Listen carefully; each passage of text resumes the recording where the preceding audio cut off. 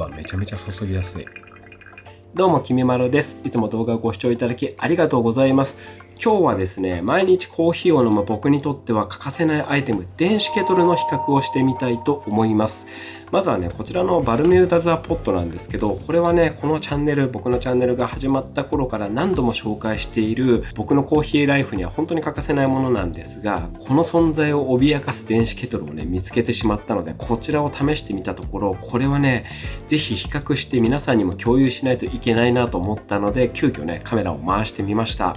特にね、これからコーヒーを家で自分で入れてみたいという方にはね、見ていただきたい内容になっていますので、ぜひね、最後までご覧ください。今日比較する電子ケトルはまずこちらの僕が長年愛用しているバルミューダザポットと、あと最近購入したこちらのヤマゼンの EGL-C1280 というね、この2つの電子ケトルを比較してみたいと思います。どちらもね、概要欄にリンクを貼っておきましたので、この動画を見て購入検討される方はね、リンクからご覧ください。はい、早速紹介していきますが、まずはね、それぞれの基本情報を紹介していこうと思います。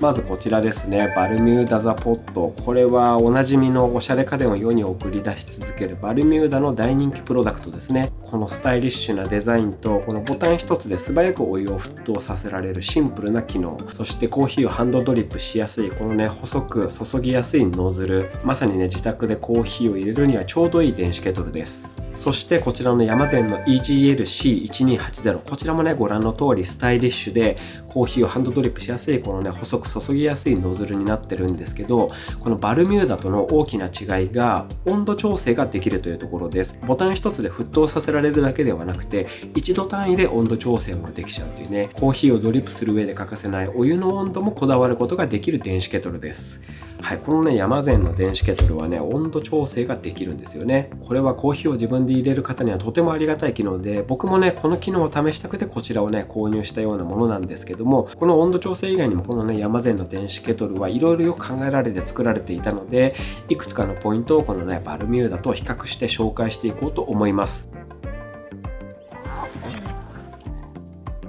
ではまずこれまで何度も触れていますその温度調整について説明します。コーヒーを入れる時のお湯の温度は、これはね、人それぞれでもあるんですけど、90度ぐらいがちょうどいいとか言われますよね。で、僕もだいたい90度ぐらいで入れています。で、バルミューダには温度調整機能がないので、一度沸騰させて、こちらのこのニトリのですね、ドリップポット、この中に一旦注ぎます。そうするとだいたい1分も経たずに90度ぐらいまで下がりますので、こうやってね、温度調整をしています。なのでね、ちょっと一手間かかるという感じですね。一方こちらのヤマゼンの方は、ここのね、温度計ボタンをこういう風に押すことによって10度とか5度単位で温度調整ができて、さらにここのプラスマイナスボタン、これを押すことで1度単位で温度の上げ下げができます。あと右下のこの100度と書かれたボタンを押せば、これがね、沸騰ボタンになっているので100度まで沸騰させることができます。今設定温度例えば90度にしてますけど、さらにこれ一回電源切って、でもう一度立ち上げても、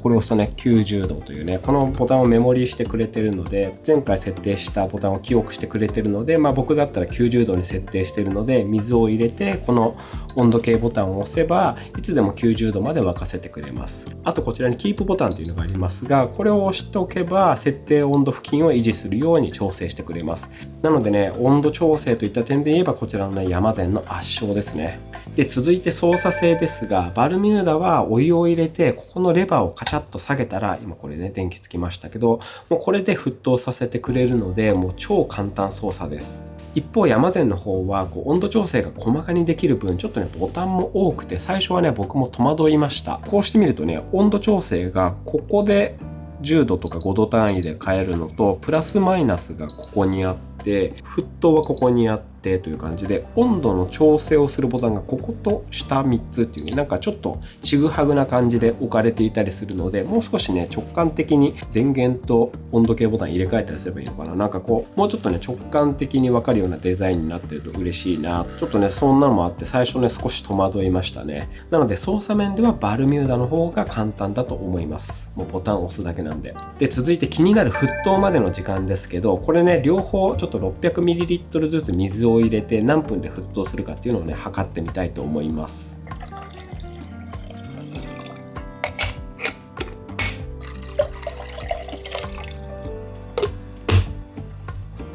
はい、今 600ml ずつお湯を入れました。はい、では両方同時に沸騰ボタンを押してどれぐらいのスピードで沸騰するかっていうのをね試してみたいと思います。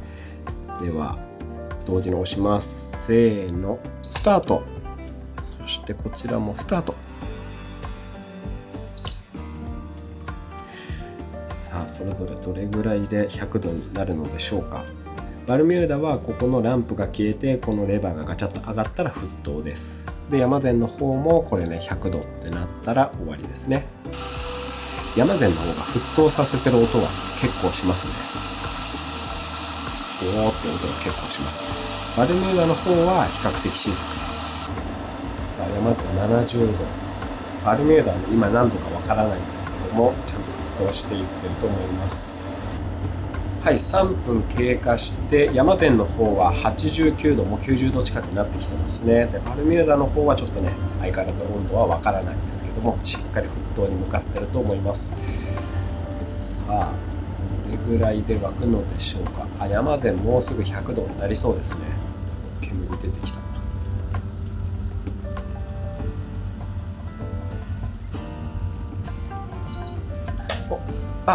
ほぼ同時ですね。一瞬だけ山善の方が早かったけどもほぼ同時。止めるのラップで止めるの忘れちゃった。 1,2 秒だけね山善の方が早くてそっからねすぐにこちらもレバーがちゃっと上がったのでほぼ同時でしたね。かなり僅差でしたね。はい、こういう結果になりました。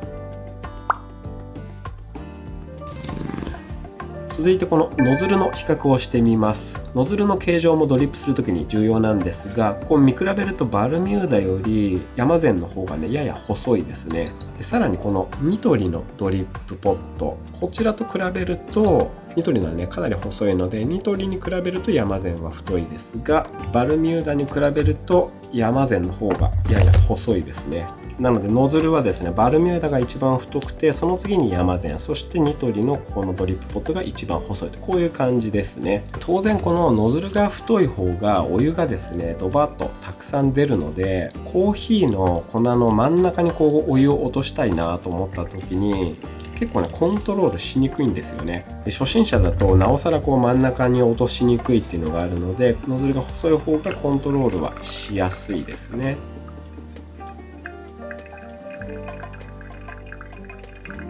でこちらのねニトリもかなり細いんですけどもコーヒー豆にねお湯を1投目最初に入れる時って結構粉を暴れさせたいなっていうのがあるんでちょっとね細すぎて勢いがあんまりつかないので粉が暴れにくいっていうのもあったりするのでそういう意味ではこのね山善のノズルの太さこれねちょうどいいんじゃないかなと思います。適度な勢いでお湯を入れることもできつつちゃんと口が細いのでコントロールもしやすいっていうのがあるのでねこれがいいんじゃないかなと思いますね。なんか使ってみた感じ勢いよく入れようと思えばある程度勢いよくも出るという感じですね。であとこのお湯がきれいに切れるかどうかっていうところでいくと分かりますかね。こうねお湯を注いで揚げた時にこの部分をね伝ってお湯が垂れたりしないかとかいうのもチェックポイントなんですけどこれはね全くそんなことはないですね。垂れること全くないですね。細く落として点々点々と落としてあげても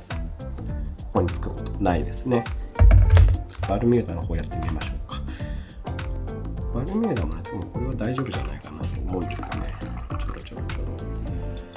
ちょっとだけついたな。バルミューダの方はちょっとだけここお湯雫つきましたね。はい、バルミューダの方はちょっとここ雫ついちゃいますね。わかりますか。はい、こんな感じで深入りのコーヒーとかってこう割とポタポタポタポタってねゆっくり落としたりする時とかもあるので直接入れる時ねこのポタポタちょっと気になるところかもしれないですね。山善の方をポタポタ垂らしてもお湯切れめちゃめちゃいいですね。綺麗にお湯切れますね。あと結構バリスタさんとかだとこのコーヒー豆ちょっと今ねないですけどコーヒー豆のその真ん中にお湯を落とすのでこう入れた時ってどうしてもアーチがかかっちゃうじゃないですか。これをですねこういう風に少し傾けて手を返すようにしてこうやって落としてなるべく下に落ちるようにしてるお店とかもあってですね、そういうのやってもこれ全然雫垂れないので、このねドリップする上でのお湯のコントロールとかお湯の滴りのなさとかね、こういうところもかなり理想的な作りになってるんじゃないかなって思います。山善すごいいいですね。続いてですが、この本体の重さですね、重さの比較をします。でこのバルミューダが今お湯入ってますけど、お湯を抜いて空の状態で本体の重さが 600g です。でこちらのは山善ですね。山善も今お湯入ってますが、お湯を抜いた状態で本体の重さが 600g です。これねぴったり同じでした。この本体部分の重さはどちらも 600g ということで全く一緒でございます。で一方容量ですけども、容量はバルミューダの方は 600ml、 最大容量が 600ml です。で一方こちらの山善の方が最大 800ml 入ります。この本体の重さは変わらないんですけども、入れられるお湯の容量っていうのは山善の方が 800ml ということで 200ml 多く入ります。ドリップコーヒーを入れる上では 600ml ね入ればもう十分なんですけど、例えばこれで大きめなカップラーメンとかそういうのにねお湯を注ぐためにお湯を沸かしたいという時にはバルミューダの600だとねちょっとギリギリかもしれないので、大容量を求めるのならばこれもね山善の方がいいですね。で続いてサイズ、ベースに乗せた時のサイズですね。こちらはバルミューダはこのノズルからこの取っ手の先までこの幅が 26.9 センチ、そして奥行きが 14.2 センチ、そしてこの高さが 19.4 センチです。山善の方は幅がこのノズルから取っ手の先までここが 28.5 センチで、奥行きは18センチで、高さは 22.5 センチあります。で最新機種になってこの山善の方はこのベースがかなり薄くなったので小スペースになりました。それでもねバルミューダの方が一回りコンパクトです。山善はねちょっと惜しいんですよね。このねグリップのここの部分がちょっとね長いんじゃないかなと思っていて、こんなに長さいらないんじゃないかなと、もっとねこれ縮めて、もうなんだったらここの部分がねここの本体にくっつくぐらいになっていてもいいんじゃないかなと思うんですけど、ここの距離がね狭いと、ここね熱を持つのでやけどするリスクとかをね気にして安全設計にしてるのかもしれないんですけど、ここの分短かったらねバルミューダより横幅短くなるんじゃないかなとも思うんですけども、ちょっとこの部分ね惜しいなとか思うんですけどね。そんな感じでバルミューダの方がサイズ的にはコンパクトです。続いてね安全性についても比較してみましょう。熱いお湯を扱うのでやけどしないかとかそういった点もね見ていきます。でまずバルミューダですけど、バルミューダねお湯を沸かすとこのね表面の部分はやっぱりね熱くなります。なのでここずっと触ってしまうとやけどしちゃうと思います。この表面は熱くなるというのと、あとお湯を沸かすとここからね熱い湯気が出てきます。なのでこの注ぐ時とかにですねこの湯気が出るところの位置を気をつけないと手にね湯気がかかってかなりね熱い思いをしますので、この点もね注意ですね。そこは触っても熱くないので、ドリップする時にこういう風に下にね手を添えて安定させながらドリップするってことはねできます。バルミューダはこんな感じで、山善ですね。山善の方もお湯をね沸かすとやっぱりこの表面は熱くなります。体感ではバルミューダよりこっちの方がねちょっと表面は熱いんじゃないかなと思います。あとこれもここに湯気が出てくる穴があるので、この位置を気をつけないとお湯を注いだ時に湯気が手にかかるので、これもね気をつけた方がいいと思います。そこはね熱くはないのでバルミューダと同じく山善の方も手を添えながらドリップするっていう風なことはできます。でただですねこの山善は僕ね一つだけもう許せない危険な設計部分があります。それがですねこの蓋部分ですね。ここがですね例えばお湯を沸かし始めてからポットの中のお湯が少ないことに気づいて、水を足したいなと思った時にこう蓋を開けたいわけですが、このね蓋がまずめちゃめちゃ硬い。今結構力入れてるんですけど全然外れないんですね。しかもちょっと傾けて外そうとするとこのねつなぎ目部分がねぐにゃぐにゃなんですよ。こう傾いちゃうんですよ。安定しないのでもう蓋がね開かないんですよね。でバルミューダも蓋はねちゃんとある程度硬くしっかりはまってるんですけど、取っ手の部分は非常にしっかりしてるので簡単にこう外れますし、買ったばかりの頃とかねちょっとまだ硬かった時とかもここの部分はそんな熱くないので少しこう傾ければ簡単にこう外せるんですね。簡単に外せるし簡単にはまるんですけども、山善の方はねそれができないんですよ。もう本当に蓋が異常に硬い。で結構ねすごい力を使ってこの横に傾けたりすれば開くには開くんですけど、ちょっと今やってみますけど、ちょっと見ててくださいね。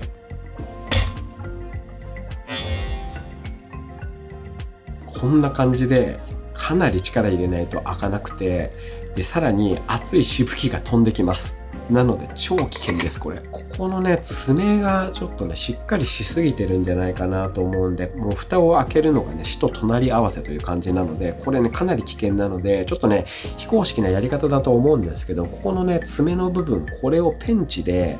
少しね内側に押し込んでしまおうと思います。はい、ではねこちらのペンチでねちょっとここの爪をですね内側に曲げていこうと思います。これで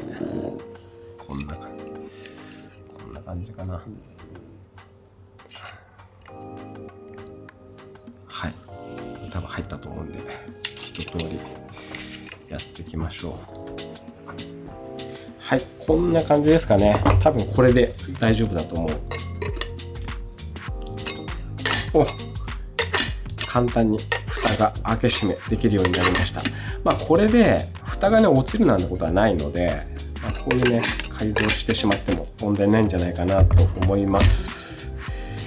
ここねもう最初からねもう少し蓋は外しやすくしておいてほしかったですね。このね蓋が簡単に外れないように設計いただいたんだと思うんですけど、逆にこれが危険な感じになっていたので、安全性ではバルミューダの方が安全なんじゃないかなって思います。はい、機能的な部分とか設計の比較はねこんなところでしょうか。で気になるお値段ですね。価格の比較ですが、バルミューダは税込みで 13,200 円です。でヤマゼンの方は税込みで 7,980 円です。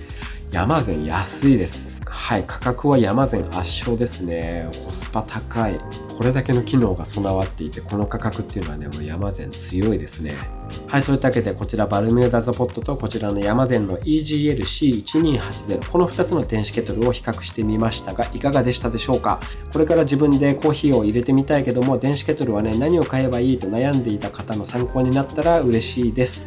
で結論から言いますと、もしね僕が今から電子ケトルを買うんだったら、このねヤマゼンの EGL-C1280、 こちらを購入すると思います。温度調整がこれだけ細かにできて、この価格はねほんとコスパ高いですよ。使いやすいし、もうこのバルミューダザポットはね長い間お世話になっていましたが、このヤマゼンの方がですね便利すぎましたね。バルミューダがこのサイズのまま温度調整機能とかがついたらねまたきっとね買うと思いますので、今後のねアップデートに期待をしたいと思います。でもねバルミューダはこのシンプルな姿勢っていうのをね崩さないんじゃないかなという気もするので、今後はねちょっとこちらのヤマゼンの方を使うことになるかなと思ってます。あとね機能とかあんま関係ないですけど、この製品名ですよね。製品名バルミューダザポットはねやっぱかっこいいですよね。シンプルで。それに比べてねこちらのヤマゼンさんのは EGL-C1280、 これね僕覚えられないです。実は何度もねカンペを読んで言っています。この日本の家電に多いですけどね、商品コードがそのまま商品名になっているようなね、こういうのねちょっと覚えにくいので、もう少しねキャッチーな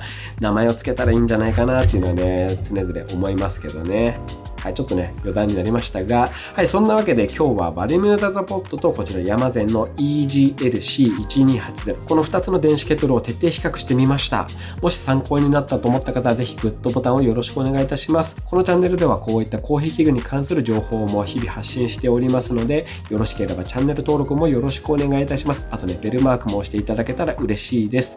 本日も動画をご視聴いただきありがとうございました。ではまた次の動画でお会いしましょう。バイバーイ。